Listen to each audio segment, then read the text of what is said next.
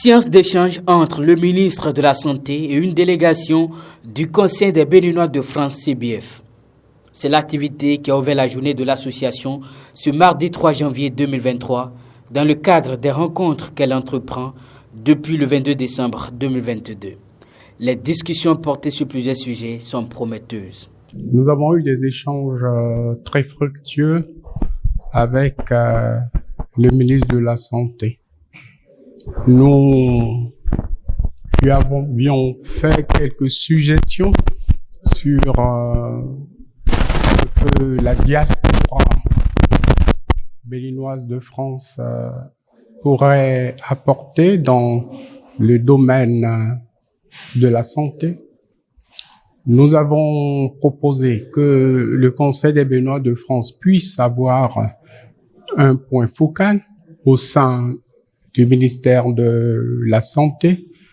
Nous avons aussi proposé la mise en place d'une convention éventuelle entre le ministère de la Santé et le Conseil des Béninois de France, une convention qui pourrait ressembler un peu à la convention que nous avons signée avec le ministère des Affaires étrangères il y a 10 ans.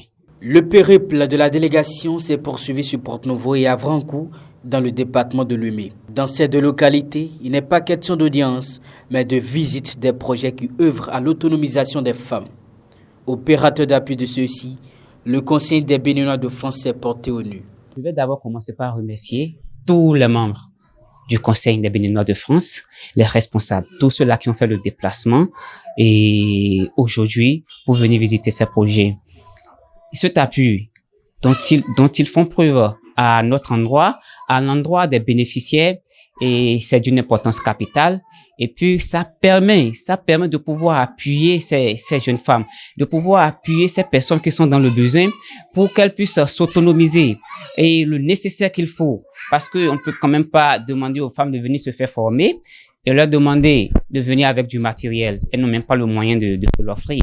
Donc, avec ces soutiens que nous offre le Conseil des Béninois, les membres du Conseil des Béninois de France et tous ses partenaires, on arrive à pouvoir offrir à ces bénéficiaires le nécessaire pour qu'elles puissent se mettre au travail.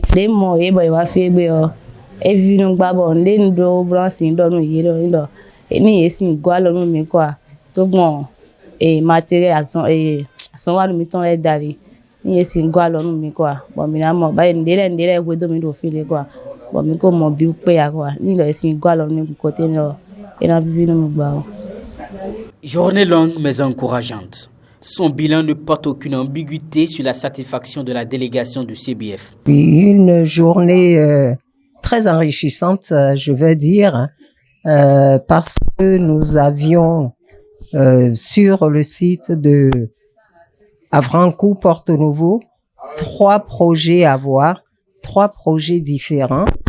Donc, le premier qui est un projet qui doit démarrer. C'est un projet qui n'a pas encore été mis en place, donc qui est en gestation. Mais bon, on a vu à peu près l'endroit. Et on est passé sur un second projet.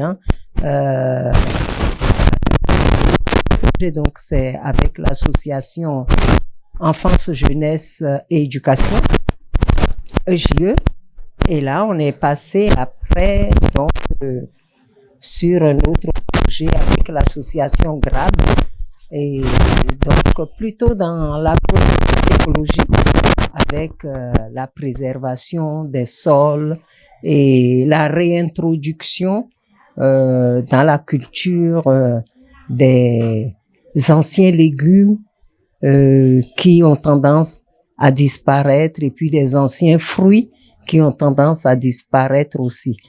C'est un projet qui date déjà 2018-2019, qui a eu la subvention du FORIM et c'est un projet qui avance et qui continue Et donc, la pérennisation et tout ça, on a pu voir donc satisfecit total de ce côté-là. Et on revient donc avec EJE sur le projet toujours d'autonomisation des femmes, mais par contre dans la coiffure et tout ça. Et là, on voit que les femmes ont été formées, qu'elles ont eu leur diplôme, et par contre les difficultés ont surgi au moment, dans la phase de pérennisation. Les rencontres et visites de l'association se poursuivent jusqu'au 5 janvier prochain.